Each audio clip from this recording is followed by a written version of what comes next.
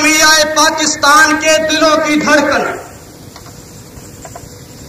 ملت اسلامیہ کے ایک روشن ستارے، ملت اسلامیہ کے درخشندہ ستارے اور ہماری امیدوں کی، ہماری امیدیں جن سے وابستہ ہیں، انہیں میں دعوت خطاب دے رہا ہوں کہ جن کی سیاسی اور علمی بصیرت کے اپنے نہیں، اغیار نہیں، دشمن بھی معترف ہیں۔ میں دعوت خطاب دے رہا ہوں قائد اسلامی انقلاب، مفکر اسلام اور ملت اسلامیہ پاکستان کے دلوں کی دھڑکن حضرت مولانا مفتی محمود صاحب مدظ العالی کو نعرہ تکبیر، نعرہ تکبیر، مفتی اعظم مفتی محمود، مفتی اعظم مفتی محمود، مفتی اعظم مفتی محمود، نعرہ تکبیر،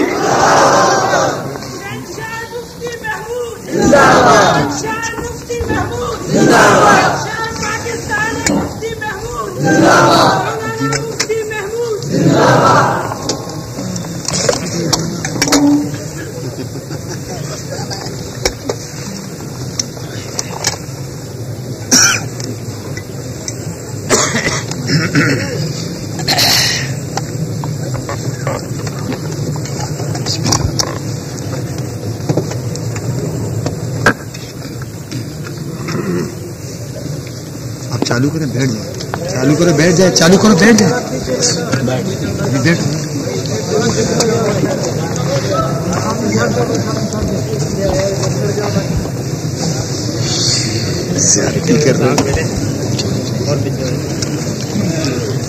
الحمدللہ نحمده ونستعینه ونستغفره ونؤمن به ونتوکل علیہ ونعوذ بالله من شرور أنفسنا ومن سيئات أعمالنا من يهده الله فلا مضل له ومن يضلله فلا هادي له ونشهد أن لا إله إلا الله وحده لا شريك له ونشهد أن سيدنا ومولانا محمدا عبده ورسوله أرسله بالحق بشيرا ونذيرا وداعيا إلى الله بإذنه وسراجا منيرا صلى الله تعالى عليه وعلى آله وأصحابه وأزواجه وأتباعه وبارك وسلم تسليما كثيرا كثيرا أما بعد فأعوذ بالله من الشيطان الرجيم بسم الله الرحمن الرحيم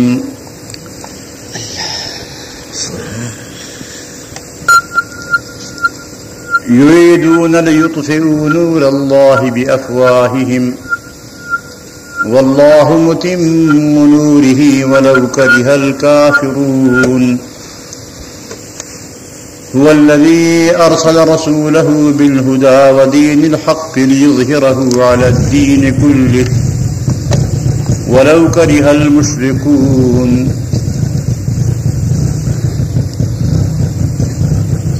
جناب صدر، میرے محترم بزرگوں، دوستوں اور بھائیوں،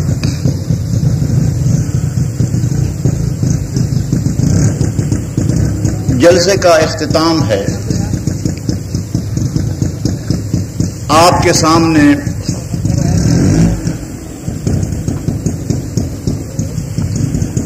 مولانا منظور احمد چنجوٹی نے اور مولانا عبد المجید ندیم نے اپنی فاضلانہ تقریروں میں بہت سے مسائل کا ذکر کیا۔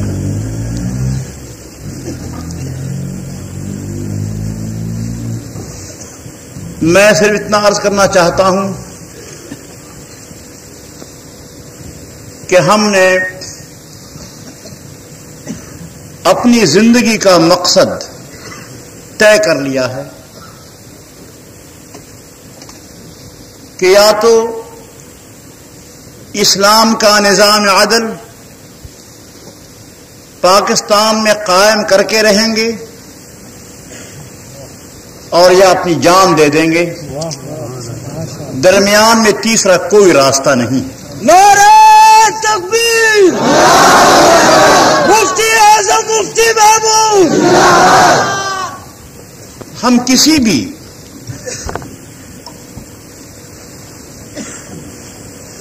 نظام سے اسلام کے علاوہ کسی باطل نظام سے صلح نہیں کر سکتے۔ ہمارا محبوب نظام صرف اسلام کا نظام ہے۔ مشکلات بہت ہیں، 33 سال کا طویل عرصہ گزر چکا ہے۔ اس پورے عرصے میں ہماری جدوجہد کے سامنے مختلف مشکلات حائل ہوتی ہیں، لیکن ہم مایوس نہیں ہوتے، اس لیے کہ نتائج ہمارے اختیار میں نہیں ہیں، وہ اللہ کے اختیار میں ہے۔ نہ معلوم وہ ہمارا کتنا امتحان لینا چاہتا ہے۔ قیامت کے دن اللہ تعالی کے حضور پیغمبر بھی پیش ہوں گے۔ صحیح مسلم کی روایت میں آتا ہے کہ ایسا نبی آئے گا خدا کے سامنے کہ اس کے ساتھ کوئی امتی نہیں ہوگا، کوئی امتی نہیں ہوگا۔ ایسا نبی آئے گا کہ اس کے ساتھ صرف ایک شخص ہوگا۔ ایسا آئے گا کہ اس کے ساتھ صرف 2 آدمی ہوں گے۔ ایسا آئے گا کہ اس کے ساتھ 7-8 آدمیوں کی جماعت ہوگی۔ ہمیں یقین ہے کہ ان پیغمبروں نے جن کے ساتھ لوگ نہیں تھے اپنے مشن کو تکمیل تک پہنچانے میں پوری زندگی صرف کر دی۔ حضرات انبیاء علیہم الصلوات و تسلیمات کبھی تبلیغ دین میں کوتاہی نہیں کرتے۔ یہ بہت بڑی غلط بیانی ہے کہ یہ کہا جائے کہ فلاں پیغمبر نے تبلیغ دین میں کوتاہی کی۔ کوئی پیغمبر تبلیغ دین میں کوتاہی نہیں کر سکتا۔ اس پیغمبر نے پوری عظمت کے ساتھ، پوری ہمت کے ساتھ نبوت کے شان کو ملحوظ رکھتے ہوئے اللہ کی دعوت پہنچائی، لیکن دل خدا کے ہاتھ میں ہے، نتائج اللہ کے ہاتھ میں ہے۔ ان قلوب بنی آدم بین اصبعی الرحمن یقلبها کیف یشاء۔ بنی آدم کے دل اللہ تعالی کی 2 انگلیوں کے درمیان میں ہیں، جیسے چاہے پھیر دیتا ہے۔ تو ہدایت، کامیابی، نتائج کا مرتب ہونا یہ ہمارے اختیار میں نہیں۔ ہم تو اتنے مکلف ہیں کہ اس راستے پر چلو، زندگی کو اس راستے پر چلاؤ، یہ کام تم نے کرنا ہے۔ اس لیے ہم اللہ کے سامنے اور آپ کے سامنے یہ اقرار کرتے ہیں، اللہ ہمیں توفیق بخشے۔ اللہ کی توفیق کے بغیر کچھ انسان نہیں کر سکتا۔ ہم یہ اقرار کرتے ہیں کہ انشاءاللہ ہماری زندگیاں وقف ہیں اور ہم نے اسلام کے نظام کو یہاں قائم کرنا ہے۔ میرے محترم دوستو، مجھے بڑا افسوس ہے کہ یہ اقتدار، پاکستان کا جو اقتدار آپ کے سامنے ہے، یہ کیا چیز ہے؟ اس اقتدار کو بچانے کے لیے، کرسی کے تحفظ کے لیے جو آتا ہے وہ اس کو زندگی کا مقصد بنا لیتا ہے۔ ہر ایک شخص جب آتا ہے سمجھتا ہے کہ بس میں نے اس کرسی سے اترنا نہیں، کچھ ہو جائے، لیکن میں جانتا ہوں کہ اقتدار کا انجام کیا ہوتا ہے۔ اقتدار کا انجام کیا ہوتا ہے میں جانتا ہوں، آپ بھی جانتے ہیں۔ میرے محترم دوستو، یہاں پر پاکستان کے پہلے وزیر اعظم خان لیاقت علی خان مرحوم، ان کا انجام کیا ہوا؟ ایک بدو شخص نے لیاقت باغ راولپنڈی میں عام جلسے پر اسے گولی مار دی اور بے کس کی لاش پڑی رہی۔ میرے محترم دوستو، اس کے بعد ایک شخص کا ذکر میرے عزیز ندیم صاحب نے کیا تھا،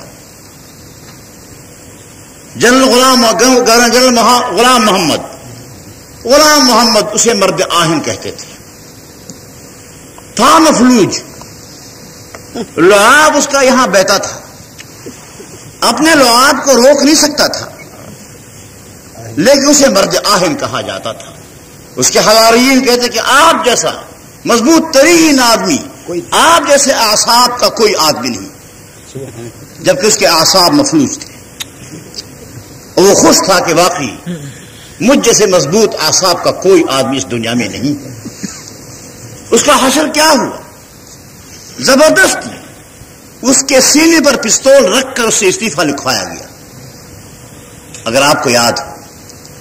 اور پھر جب وہ آنجہانی ہوئے تو گوروں کے قبرستان میں اس کی قبر بنی۔ گوروں کے قبرستان میں، اب بھی کراچی میں گوروں کے قبرستان میں اس کی قبر ہے، مسلمانوں کے قبرستان میں جگہ اس کو نہیں ملی۔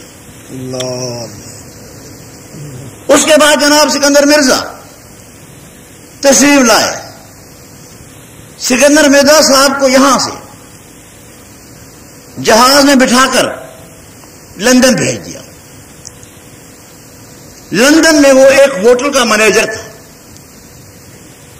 اور ہوٹل کے مینیجر کی حیثیت سے اس کی فوتگی ہوئی۔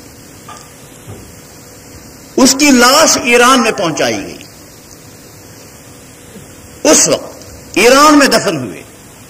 آج آپ کو پتا ہے چند دن قبل اخبارات میں آیا کہ ایران کے لوگوں نے قبر کھود کر اس کی لاش اور ٹکڑے باہر پھینک دیے اور کہا کہ یہ غدار ایران کی زمین میں دفن نہیں ہو سکتا۔ یہ اس کا حشر۔ اس کے بعد ایوب خان آیا۔ ایوب خان غریب، بڑی مشکل سے 10 سال گزار گیا، جشن بھی منایا 10 سالہ، لیکن ایک دن جب وہ اپنے گھر کے بچوں سے سن رہا تھا کہ بھاگے جا رہے ہیں، کہتے ہیں ایوب کتا ہائے ہے، ایوب کتا ہائے ہے، اس نے کہا یہ کیا بات ہے؟ بلایا لڑکوں کو، کیا بات ہے؟ انہوں نے کہا ابا جی ہم تو یہ اسکول میں ہمیشہ کہتے ہیں۔ جب انہیں معلوم ہوا کہ یہی کچھ میرا حشر ہو رہا ہے، وہ پھر بھی ہوشیار تھا، اس نے استعفیٰ دیا، الگ ہو کر بیٹھ گیا۔ پھر جناب یحییٰ خان تشریف لائے، آغا محمد یحییٰ خان تشریف لائے۔ آج اس وقت وہ پنڈی میں ایک محلے میں رہتا ہے۔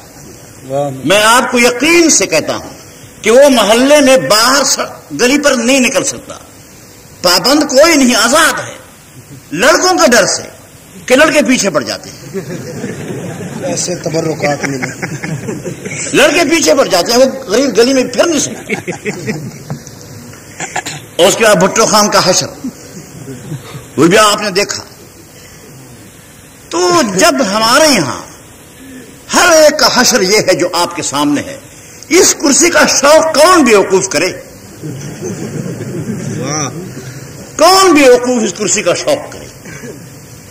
مجھے تعجب ہے کہ پاکستان کی اس تاریخ مقتدر ہستیوں کی تاریخ سے کوئی سبق نہیں لیتا. ہم نے سبق لیا ہوا. میں جب وزیر اعلیٰ تھا تو میں نے استعفیٰ دیا، اور جب قومی اتحاد نے وزارت میں شمولیت کی میری مرضی کے خلاف، میں بتا دوں آپ کو، تو کھینچتے کھینچتے میں نے سب کو نکال دیا. لیکن اب سوال یہ ہے کہ ہمارا حشر کیا ہوگا؟ ہماری سمجھ میں کچھ نہیں آتا. جنرل ضیاء الحق صاحب نے ایک 12 ربیع الاول کو گزشتہ سال چند اسلامی قوانین نافذ کیے تھے، یاد ہے؟ وہ بھی قومی اتحاد کے مجبور کرنے سے کیے. قومی اتحاد کی وزارت کا دور تھا، ہم نے شرط لگائی تھی، مجبور کر کے ہم نے یہ کام کروایا. اس کے بعد قومی اتحاد تو باہر آ گیا، اور انہوں نے اس کا جو حشر کیا. اس وقت تقریباً 1.5 برس گزر چکا ہے. 1.5 برس کے اس عرصے میں کسی چور کا ہاتھ کٹا؟ ایک چور کا بھی ہاتھ نہیں کٹا. کسی زانی کو سنگسار کیا گیا؟ کسی ڈاکو کو پھانسی پہ لٹکایا گیا؟ اسلامی حدود کے نفاذ کے اعلان کے بعد عملاً ایک کیس بھی اس کے مطابق آج تک نہیں ہوا. وہ اپنی تقریر میں فرماتے ہیں، ابھی چند دن قبل جو تقریر کی تھی، انہوں نے کہا کہ یہ ناکامی کا اس نے اعتراف کیا.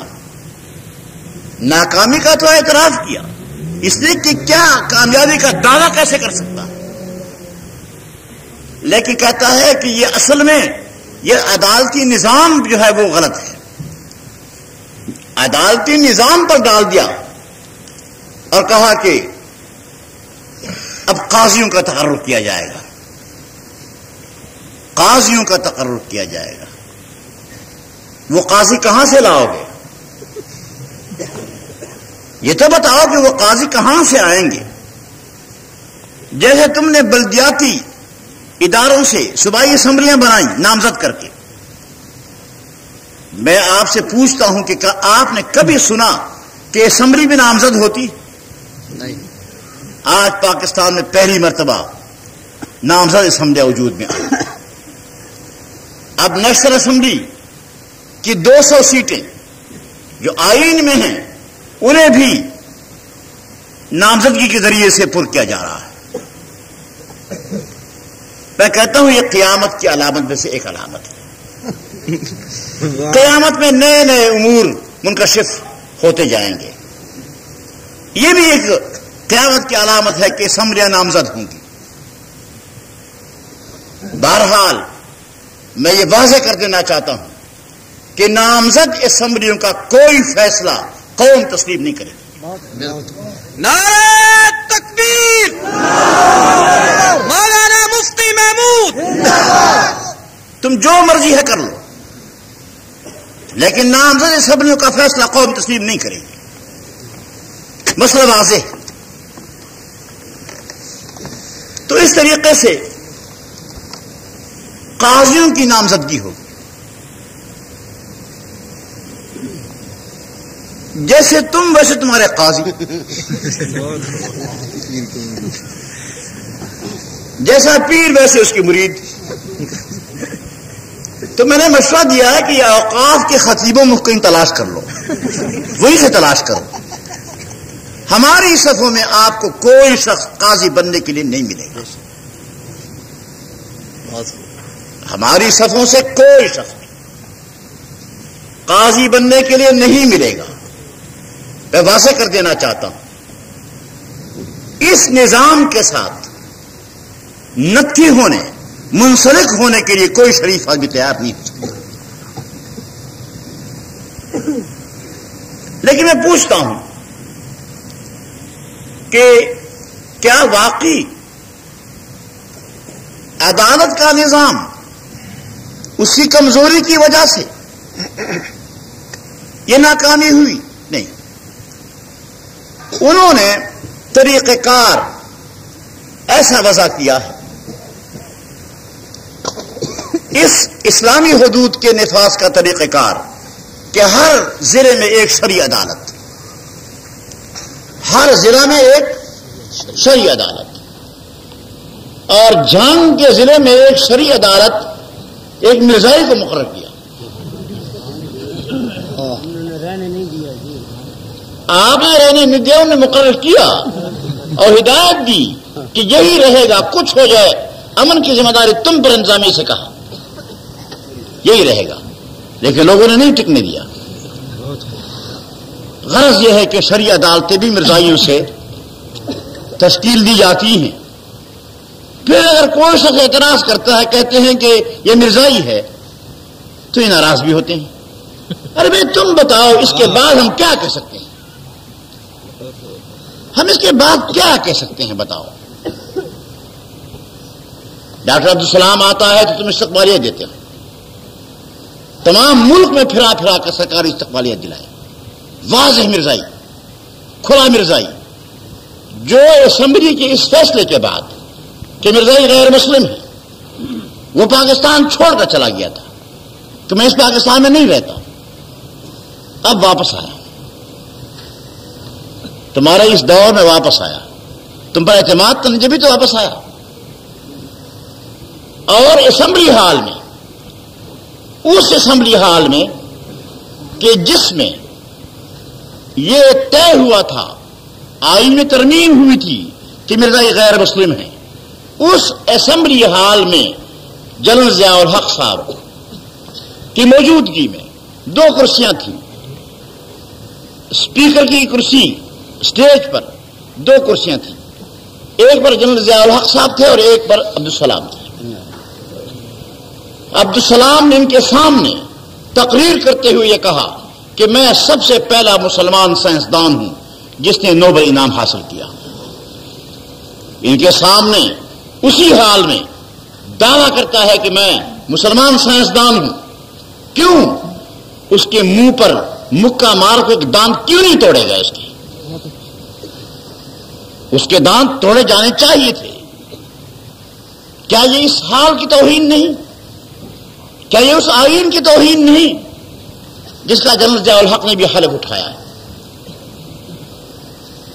کیا ہماری ان 3 مہینے کی کوشش کو جو اسمبلی میں ہم نے کام کیا اس کو سبوتاش کیا جا رہا ہے؟ کیوں ہم مر گئے ہیں؟ ناممکن ہے کہ ہمارے ہوتے ہوئے اس ملک میں مرزائیوں کو پھر مسلمان کہا جائے.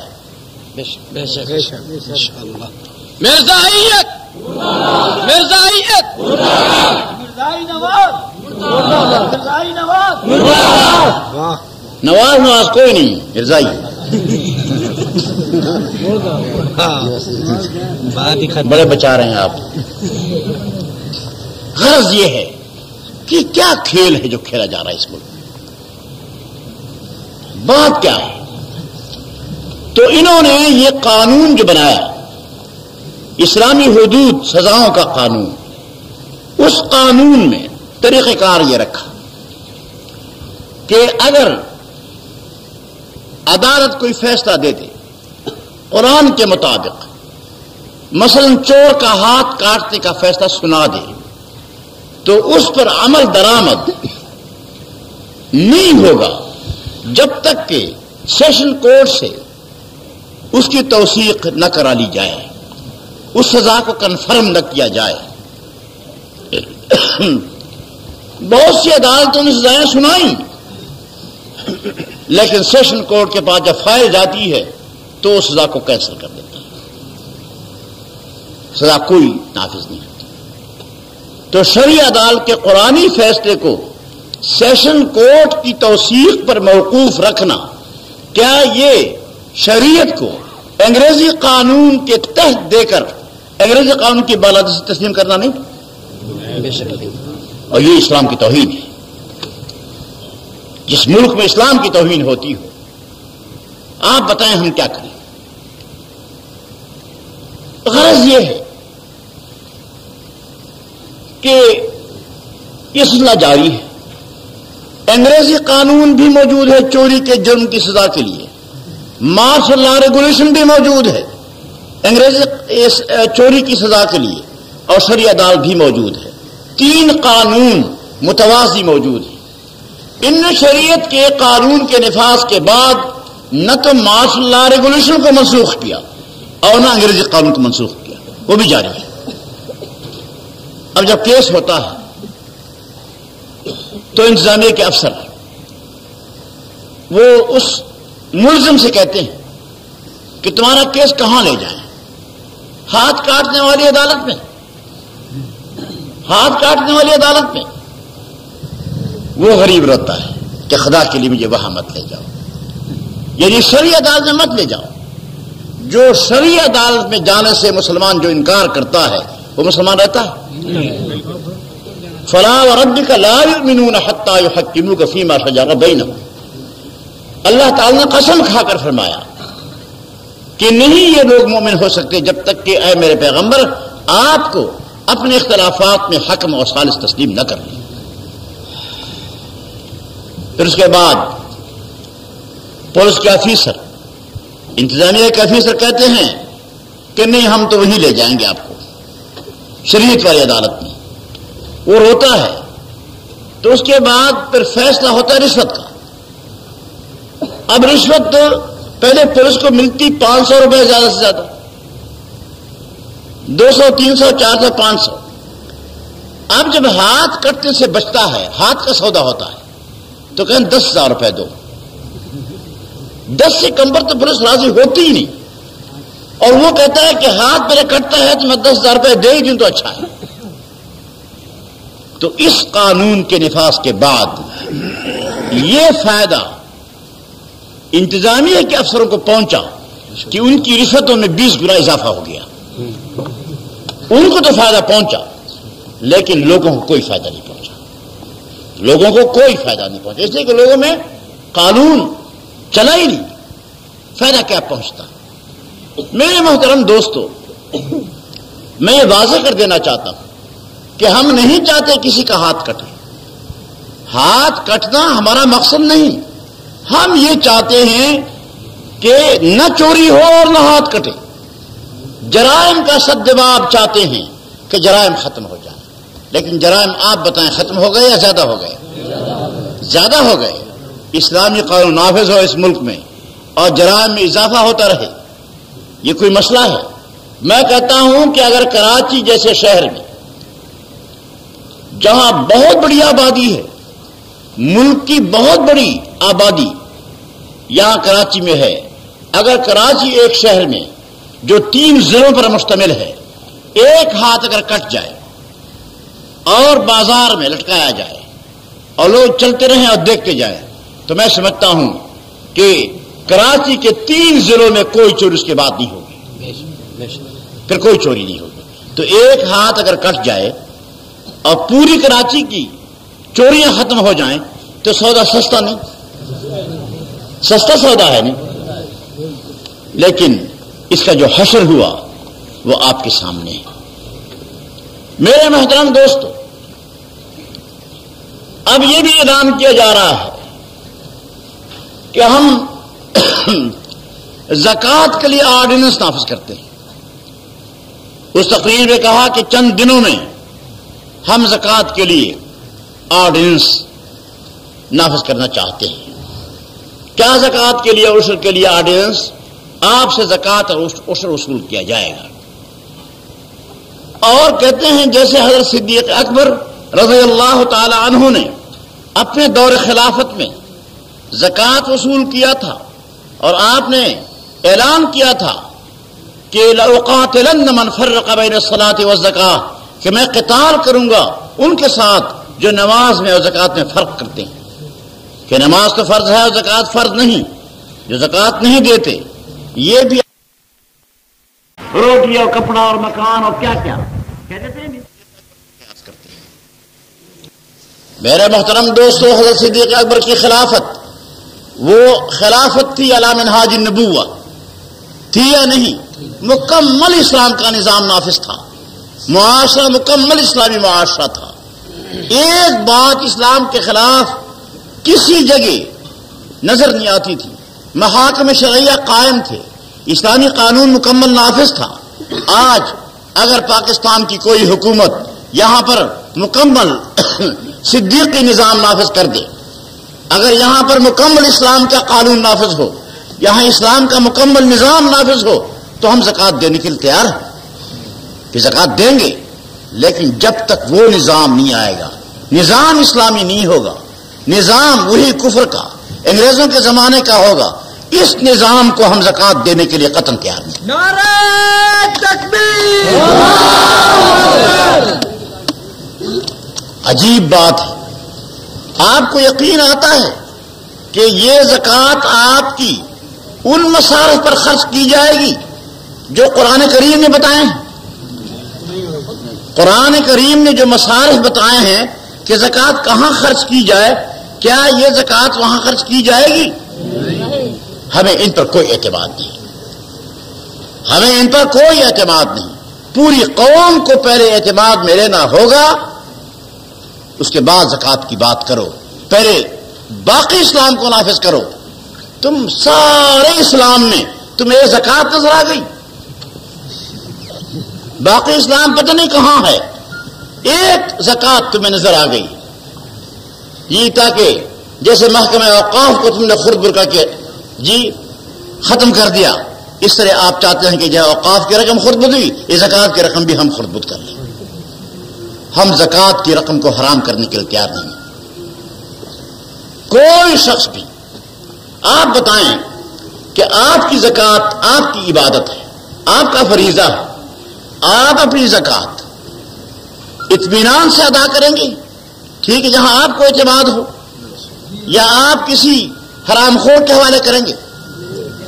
حرام خور کے حوالے کرنے کے لیے ہماری زکوٰۃیں نہیں، اس لیے ہم کسی حرام خور کے زکوٰۃ حوالے نہیں کریں گے.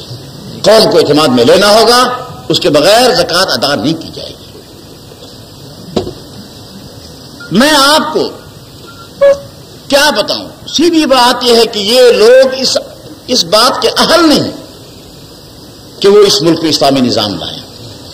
میں رات بھی جلسے میں کہا تھا کہ بھٹو صاحب وہ سوشلزم کی بات کرتے تھے، روٹی اور کپڑا اور مکان اور کیا کیا کہتے تھے نہیں، لیکن چونکہ وہ سوشلزم کے مزاج کا آدمی نہیں تھا، وہ ڈیرا تھا، بڑا زمیندار تھا. بڑا زمیندار و ڈیرا بھی سوشلسٹ ہو سکتا ہے؟ آپ بتائیں، ہو سکتا ہے؟ وہ بڑا زمیندار تھا، سرمایہ دار تھا. تو اس نے سوشلزم کو لوگوں کو دھوکہ دینے کے لیے اس لفظ کو خوب استعمال کیا. نہ روٹی دی، نہ کپڑا دیا، نہ مکان دیا کچھ بھی نہیں. آخر لوگ سوشلزم سے نفرت کرنے لگے یا نہیں؟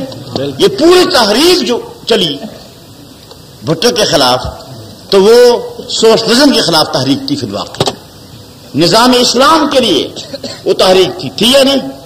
نظام اسلام کی تحریک چلی سوشلزم کے خلاف، لوگوں کو اس سے نفرت ہو گئی.